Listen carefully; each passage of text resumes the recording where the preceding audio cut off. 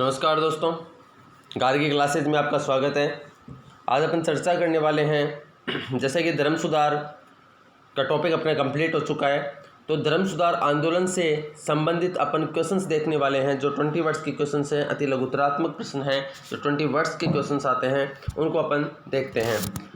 धर्म सुधार आंदोलन से क्या आशय है, तो इसके बारे में अपन सबसे पहले यही है कि 16वीं शताब्दी में जो यूरोपियन जनता द्वारा चर्च के विरोध में जो आंदोलन किया गया था, जो सुधार की मांग की गई थी धर्म के अंदर, कारण क्या था? क्यों चर्च में व्याप्त भ्रष्टाचार और पादरी वर्ग के भ्रष्टाचार के या भ्रष्ट आचरण के विरुद्ध जो आंदोलन किया गया था वो धर्म सुधार आंदोलन कहलाता है। और शताब्दी जरूर लिखनी है, 16वीं शताब्दी में। इनके बारे में बताइए, बिशप क्या है, कार्डिनल क्या है, प्रेसबिटर्स क्या है, ह्यूगोनॉट्स क्या है, लोलॉट्स क्या है। तो बिशप क्या था कि चर्च की एक हायरार्की होती थी, एक पदसोपान होता था कि जो रोम में जो चर्च का पादरी होता था उसको कहा जाता था पोप।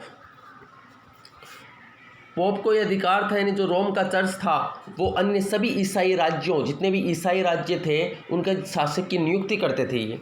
तो उस देश में एक चर्च होता था, हर राज्य का अपना एक चर्च होता था। उस चर्च का जो पादरी होता था उसको कहा जाता था बिशप।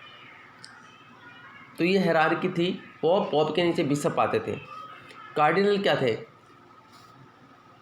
इस बिशप की नियुक्ति के लिए या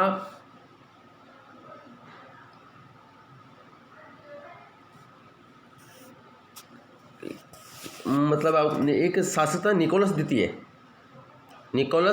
द्वितीय ने जो पोप बना, तो निकोलस द्वितीय ने पोप के चुनाव का अधिकार ऐसे पादरियों को दे दिया। कुछ पादरियों को नियुक्त किया जो पोप का चुनाव करेंगे, उसे कहा गया कार्डिनल। ठीक है, कॉलेज ऑफ कार्डिनल्स भी कहा जाता है इसे। प्रेसबिटर्स कौन थे? कोल्विन जो धर्म सुधारक था, कोल्विन ने चर्च की रक्षा के लिए कोल्विन ने क्या बूढ़े लोगों को पादरी बना दिया, क्योंकि चर्च में बहुत ज़्यादा अनैतिकता हो चुकी थी, विवाह नहीं करते थे, नाजायज संतानें होने लगी थी। तो कोल्विन ने सुधार चाहा चर्च में और चर्च की रक्षा के लिए बूढ़े लोगों को पादरी बना दिया, जिन्हें प्रेसबिटर कहा गया। और कोल्विन के जो अनुयायी थे स्विट्जरलैंड में, वो प्रेसबिटेरियस कहलाए। ह्यूगोनॉट्स, कोल्विन के फ्रांस में जो अनुयायी थे, या ऐसा कह सकते हैं कि जो प्रोटेस्टेंटवादी थे वहाँ पर फ्रांस के प्रोटेस्टेंटवादियों को या फ्रांस में कोल्विन के अनुयायियों को ह्यूगोनॉट्स कहा जाता है। लोलॉट्स कौन थे? जॉन वाइक्लिफ जो धर्म सुधारक था। देखिए, यदि आपने पहले की वीडियो नहीं देखी है तो ये चीज़ें समझ में नहीं आएंगी, इसलिए आपको ये वीडियो देखना जरूरी है। पहले वाले वीडियोज़ को देखिए, चीज़ों को समझिए, बुक से पढ़िए, उसके बाद में आंसर आपको खुद ब खुद आएंगे। लोलॉट्स जॉन वाइक्लिफ के अनुयायी थे, उनको लोलॉट्स कहा जाता था। अगला क्वेश्चन है, धर्म सुधार आंदोलन के प्रमुख नेता कौन थे? तो जॉन वाइक्लिफ, जॉन हैस, सेरानाओला, इरेस्मस, मार्टिन लूथर, कैल्विन, ज्विंगली, ये धर्म सुधार आंदोलन के प्रमुख नेता हैं। मार्टिन लूथर द्वारा लिखित 3 परिपत्रों के नाम लिखिए। मार्टिन लूथर ने 3 बुक थी मार्टिन लूथर की, कौन कौन सी थी? पहली तो थी जर्मन राष्ट्र के सामंत वर्ग के प्रति एक appeal, an address to the nobility of the German Nations. Notes में मिल जाएंगी आपको लिखी हुई। सेकेंड वन है the Babylonian captivity of the church, and last the freedom of Christian man, एक ईसाई मनुष्य की मुक्ति। ये 3 परिपत्र थे। The morning star of reformation किसे कहा जाता है? जॉन वाइक्लिफ जो धर्म सुधारक था उसको the morning star of reformation कहा जाता है। इंडल्जेंस क्या थे? इंडल्जेंस एक परिपत्र थे जो मोक्ष प्राप्त करने के लिए चर्च के द्वारा जारी किए गए थे। और ये इंडल्जेंस जब बिक्री के लिए विटनबर्ग विश्वविद्यालय जर्मनी में पहुँचे, जहाँ पे मार्टिन लूथर पहले से ही मौजूद था, और मार्टिन लूथर की जब सहायता मांगी गई टेटलस के द्वारा तो इंडल्जेंस की बिक्री ही तात्कालिक कारण बनी धर्म सुधार आंदोलन का। जॉन वाइक्लिफ के बारे में, जॉन हज के बारे में, सेरोनावोला के बारे में आप देख सकते हैं नोट्स में सीधा सीधा लिखा हुआ है। यहाँ पे मेरा बताने का उद्देश्य है कि पढ़ने के बाद में क्वेश्चंस किस तरीके से आते हैं। 15वीं शताब्दी के किन्हीं दो धर्म सुधारकों के नाम बताइए जिन्हें चर्च की आलोचना के आरोप में जीवित जला दिया गया। एक तो था जॉन हस, इसको जीवित जला दिया गया था, और दूसरा है सेरोनावोला। इन दो लोगों को चर्च ने जिंदा जला दिया था। जॉन वाइक्लिफ को जिंदा तो नहीं जलाया था, लेकिन उसकी मृत्यु के बाद में कब्रिस्तान से निकालकर उसको गंदी जगह पे फेंकवा दिया गया था। धर्म सुधार की पृष्ठभूमि तैयार करने वाले दो कारक बताइए। तो धर्म सुधार के कारण बताने यहाँ पे कौन सी पृष्ठभूमि रही, तो एक व्यापारिक वर्ग का उदय हो गया था अपन बता सकते हैं, और मानव द्वारा प्रेरित व्यक्तिवाद और स्वतंत्र विचार आ गए थे, यानी पुनर्जागरण की बहुत बड़ी भूमिका रही धर्म सुधार में। इरेस्मस की बात करें अपन तो इरेस्मस हॉलैंड का निवासी है और शुद्ध और आस्थावान ईसाई था जिसने चर्च की बुराइयों की ओर ध्यान खींचा था। इसकी प्रसिद्ध किताब का नाम अवश्य लिखिए, फ्रेज ऑफ फॉली, मूर्खत्व की प्रशंसा। आगे अपन चलें, 13 नंबर का क्वेश्चन है, विश्वास द्वारा पाप मुक्ति किस धर्म सुधारक का था? विश्वास द्वारा पाप मुक्ति, ऐसा कहा था मार्टिन लूथर किंग ने। मार्टिन लूथर का कहना था कि जब व्यक्ति ने प्रायश्चित ही कर लिया, मन में प्रायश्चित तो हृदय से होता है, न कि किसी इंडल्जेंस की बिक्री से आप मोक्ष को प्राप्त कर सकते हैं। कैल्विन के बारे में, कैल्विन फ्रांस का था, प्रोटेस्टेंटवादी है। कैल्विन स्विट्जरलैंड भी गया था, वहाँ भी इसने धर्म सुधार किया था। कैल्विन के जो अनुयायी थे फ्रांस में वो ह्यूगोनॉट्स कहलाए, जो अनुयायी थे स्विट्जरलैंड में वो प्रेस्बिटर्स कहलाए। कैल्विन ने चर्च में भी सुधार करने का प्रयास किया और वृद्ध जो पादरी थे उनको यहाँ पर नियुक्त किया, ये था कैल्विन।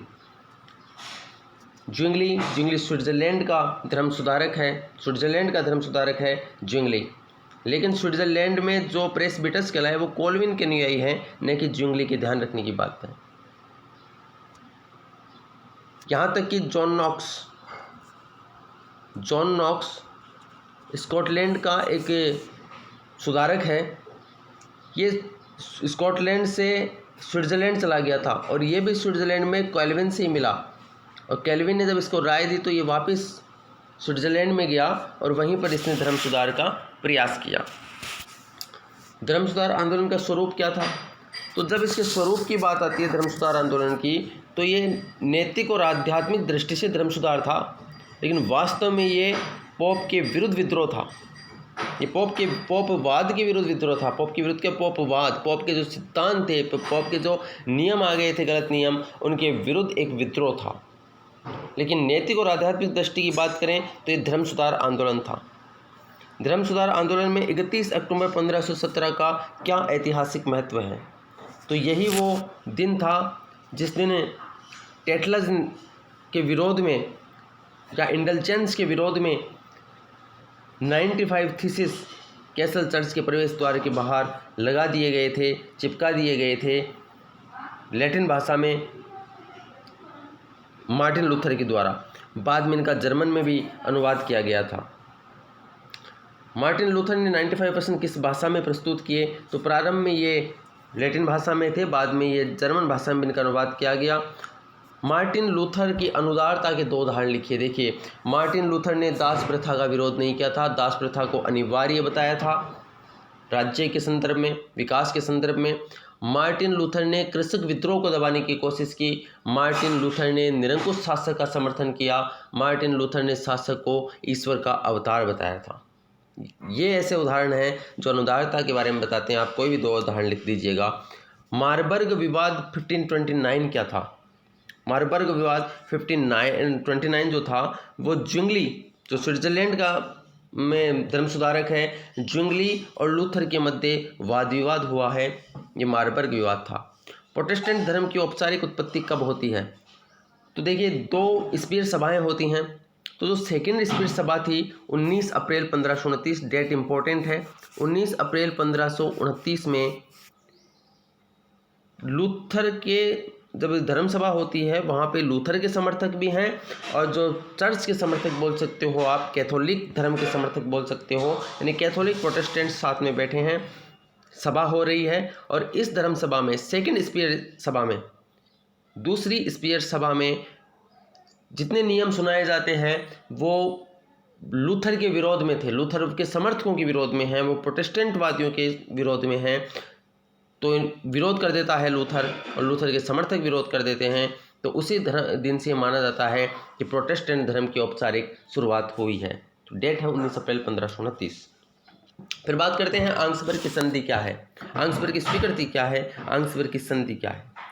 तो आंग्सबर्ग की संधि देखो, एक तो 1555 में हुई है। इस समय चार्ल्स पंचम ने ये कहा कि प्रोटेस्टेंटवादी अपने सिद्धांतों को प्रस्तुत करें, अपनी बातें बताएं कि वो क्या सुधार चाहते हैं।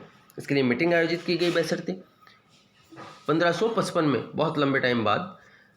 तो 1555 में प्रोटेस्टेंटवादियों से चार्ल्स पंचम ने जो उनका परिपत्र मांगा है कि आप क्या सुधार चाहते हैं। उन सुधारों को चार्ल्स पंचम का एजेंट है, रोमन साम्राज्य का अध्यक्ष है फर्डिनेंड को भेजता है चार्ल्स पंचम। और फर्डिनेंड ये जो प्रोटेस्टेंटवादी पत्र देते हैं, प्रोटेस्टेंटवादी और की जो मान्यताएं हैं उनको स्वीकार कर लिया जाता है। ये आंग्सबर्ग की संधि थी 1555 में, ठीक है, नहीं, इनको स्वीकार कर लिया गया, मान्यता दे दी गई 1555 से।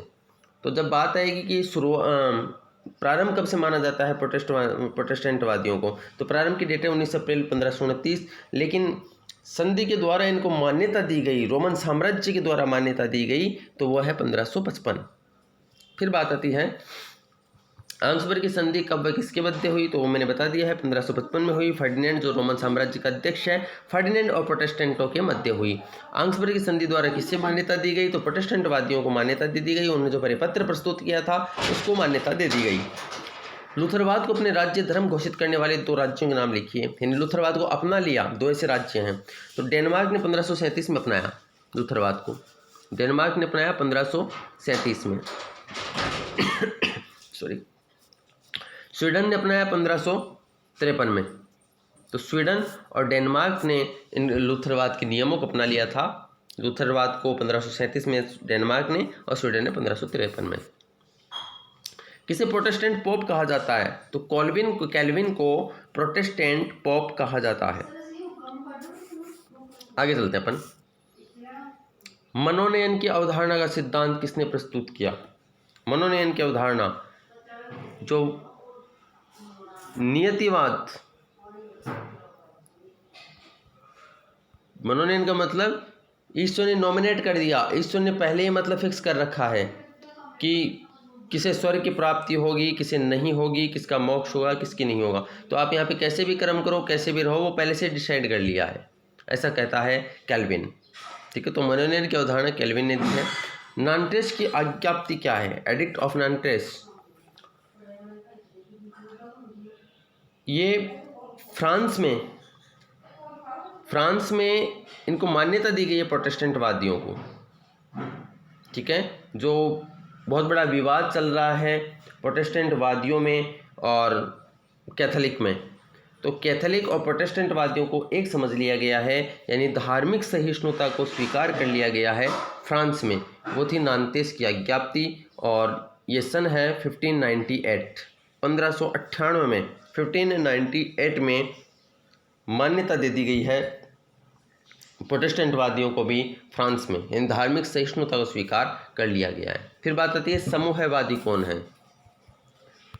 समूहवादी कौन है, तो देखिए एक ब्राउन नाम का व्यक्ति हुआ है, ब्राउन।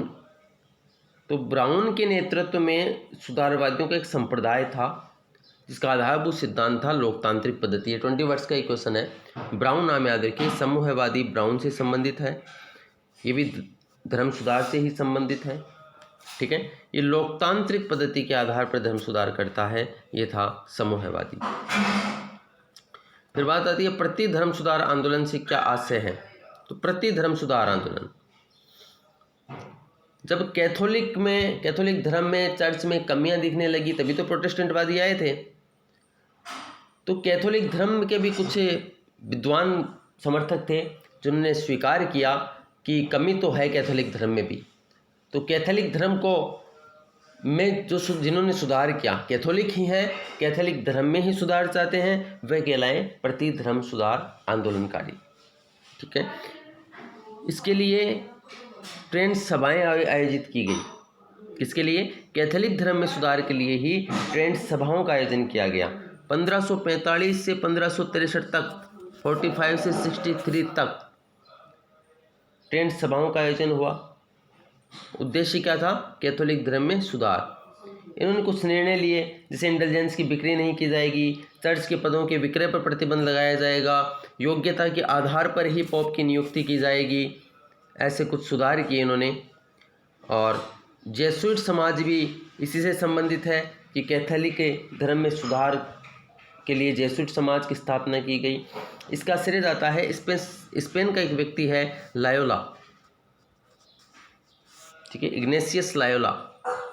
तो लायोला को इसका श्रेय जाता है कि उसने जेसुइट समाज का गठन किया और कैथोलिक धर्म का प्रचार प्रसार किया। इसने कैथोलिक धर्म को बचाने का प्रयास किया, सही मायने में पूछे तो।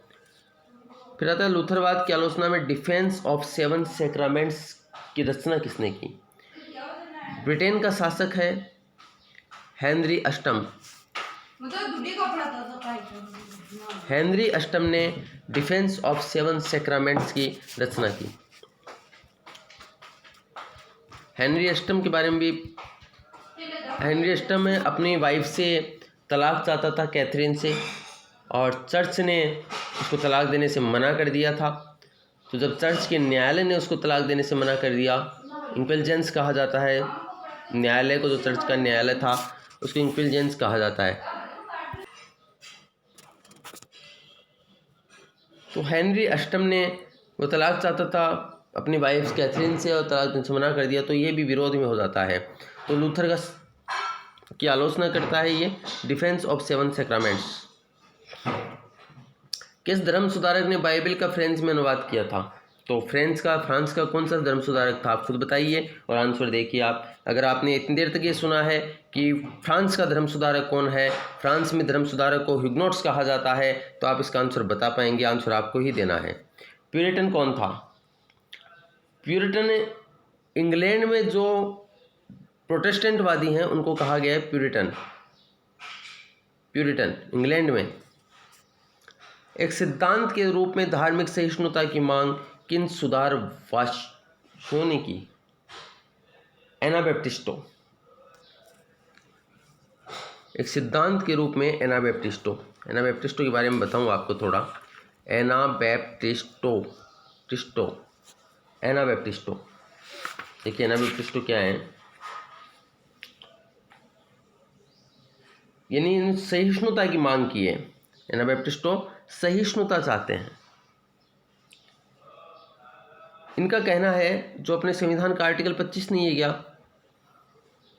कि प्रत्येक व्यक्ति को अंतःकरण की, धर्म को मानने की, उसके अनुसार आचरण करने की और धर्म का प्रचार प्रसार करने की स्वतंत्रता होनी चाहिए। यही है धार्मिक सहिष्णुता, कि धर्म मैं मानूं या न मानूं, मुझे अच्छा लग रहा है मैं मानूंगा, मुझे अच्छा लग रहा है नहीं मानूंगा। यह है एनाबैप्टिस्टो, जो सिद्धांत उभर करके आया, ऐसी मान्यताओं वाला, धार्मिक सहिष्णुता वाला, कि हम जब वयस्क हो जाएं तो हमें इतनी स्वतंत्रता हो कि हम स्वयं अपना धर्म निर्धारित कर सकें कि किस धर्म को स्वीकार करना है, किसे नहीं करना है। तो ये सिद्धांत फिर बना एनाबैप्टिस्टो। फिर अपन बात करते हैं मुंतजिर जो कृषक आंदोलन हुआ था जर्मनी में, जिसका विरोध किया लूथर ने, वो कृषक आंदोलन का नेतृत्व करता था मोथे एवं मुंतजिर। मोथे दो लोग थे ये।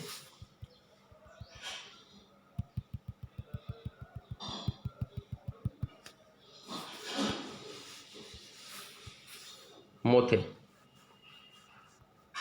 एवं मुंतजिर, तो कृषक आंदोलन के नेतृत्व करता है मोथे एवं मुंतजिर। कायटस्थवाद कौन था? कायटस्थवाद काटस्थवाद एक व्यक्ति है जो लूथर का समकालीन था, उग्र सुधारवादी धार्मिक विद्वान था। उग्र सुधारवादी है, काटस्थवाद लूथर का समकालीन है। लायोला के 4 सहयोगियों के नाम लिखिए। लायोला, जो मैंने बताया आपको कि लायोला ही वो व्यक्ति है जो ईसाई धर्म में सुधार चाहता है, कैथोलिक धर्म में सुधार चाहता है लायोला। उसने लायोला के 4 सहयोगियों के नाम लिखिए या जीसस समाज के 4 सदस्यों के नाम लिखिए। तो लायोला के अलावा और लोग थे जो सुधार चाहते हैं कैथोलिक धर्म में, वो है फ्रांसिस्को सुआरेज।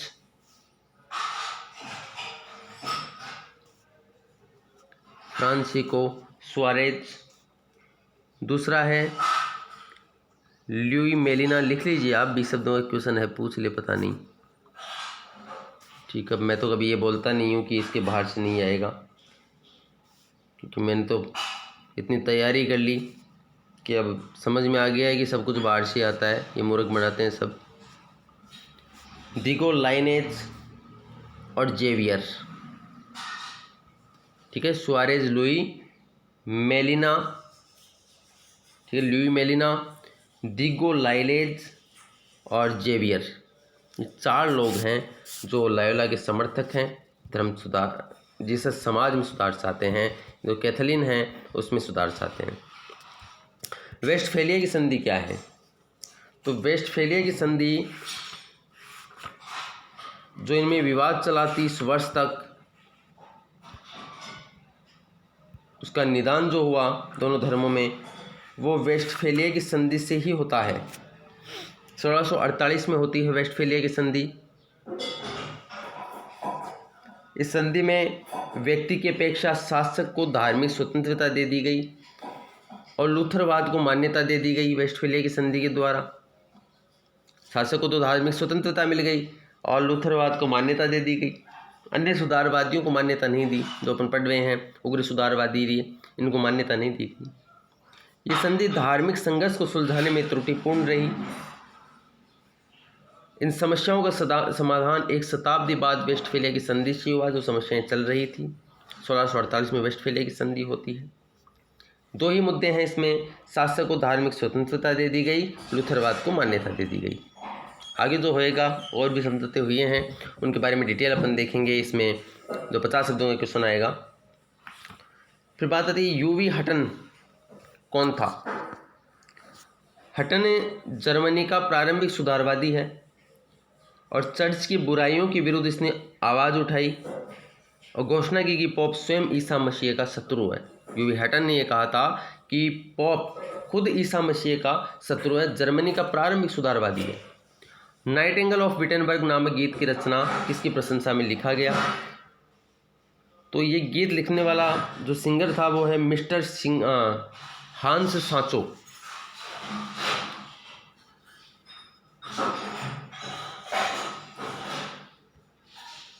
हांस सांचो, इसने लूथर की प्रशंसा में जर्मन भाषा में ये लिखा था। लूथरवाद की 2 विशेषताएं बताइए। तो लूथर की 2 विशेषताएं आप बता दोगे? 2 क्या, बहुत सारी बता दोगे आप? पाप मुक्ति, निजी आस्था पर आधारित, पोप की सत्ता को अमान्यता, बाइबल की व्यक्तिगत व्याख्या को मान्यता, इसने बाइबल को माना, प्रभु यीशु को माना, चर्च को भी माना, और पाप मुक्ति हृदय से होती है, प्रायश्चित तो पहले ही हो चुका है। ये कुछ इसके सिद्धांत हैं। बलगेट संस्करण बाइबल के संदर्भ में क्या था? बलगेट संस्करण क्या था बाइबल के संदर्भ में? बलगेट वो था कि चर्च ने कहा कि जब क्या हुआ कि ये प्रिंटिंग प्रेस का आविष्कार हो चुका था, तो बहुत सारी प्रतियां छप छप के आम लोगों तक पहुंचने लगी। तो चर्च ने यह कहा, चर्च की ट्रेंट परिषद ने यह कहा कि बाइबल यदि पढ़नी है तो केवल लैटिन भाषा की बाइबल से ही मोक्ष की प्राप्ति होगी। अगर सुंदरकांड का पाठ करोगे तो लाल अक्षरों में ही यदि सुंदरकांड लिखिए तो मोक्ष की प्राप्ति होगी, नहीं होगी। जैसे लाल अक्षर की पढ़ते हैं अपन सुंदरकांड ज़्यादा, तो ऐसा मतलब एक आदेश जारी कर दिया कि जो बाइबल लैटिन भाषा में है केवल वही लैटिन संस्करण मान्य है, अधिकृत है। धर्म न्यायालय क्या था? इंक्विजिशन। तो इनक्विजिशन इसका खुद का न्यायालय है चर्च का जो न्यायालय है वो इनक्विजिशन कहलाता है। और इसको पुनर्जीवित करने का श्रेय जाता है 1542 में पोप पॉल थर्ड नाम का व्यक्ति पोप बना, तो इसने वापस इसको जीवित कर दिया। जीवित का मतलब उसने फिर ये कहा कि हाँ इसके आदेश इसी को ढंग से लागू कर दिया इसने। धर्म सुधार आंदोलन की पृष्ठभूमि में ईसाई मानववादियों का क्या योगदान था? धर्म सुधार आंदोलन की पृष्ठभूमि में ईसाई मानववादियों का क्या योगदान था? ईसाई मानववादी थे कोलेट मोर इरास्मस, मानववादी जो अपने पुनर्जागरण में पढ़ा है मानववादियों के बारे में, उनकी बात हो रहा है। तो प्रमुख मानववादियों की यदि अपन बात करें तो प्रमुख मानववादी विचारक हैं कोलेट। दिखने में ये टॉपिक छोटे दिखते हैं। थॉमस मूर और हॉलैंड का विद्वान इरास्मस, ये मानववादी हैं। इन्होंने चर्च की बुराइयों की आलोचना की, ईसाई धर्म की ओर वापस जाने की सिफारिश की कि जो मूल धर्म है जिसमें प्रभु यीशु सही है, जिसमें बाइबल सही है, जिसमें चर्च सही है, और बाइबल का जन भाषाओं में अनुवाद करने की इन लोगों ने मांग की। कैल्विनवाद को कब मान्यता मिली? तो वेस्टफेलिया की संधि जो 1638 में होती है, इसके द्वारा कैल्विनवाद को मान्यता मिल गई। फ्रांस में कब मान्यता मिली? नांतेस की आज्ञप्ति परिपत्र से 1598 में मान्यता मिल गई कैल्विनवाद को। ये कुछ क्वेश्चंस धर्म सुधार आंदोलन से संबंधित अति लघुतरात्मक क्वेश्चन है। आगे के वीडियोज़ में मैं आपके लिए लघुतरात्मक और निबंधात्मक प्रश्न भी लेकर के आऊँगा। उसके अलावा अपना टॉपिक होगा आगे का प्रबोधन, जो अपने सिलेबस का अगला टॉपिक है, तो आप उसको भी तैयार कीजिए थोड़ा थोड़ा, ताकि जब मैं पढ़ाऊँ तो आपको अच्छे से समझ में आ जाए। Thanks for discussion.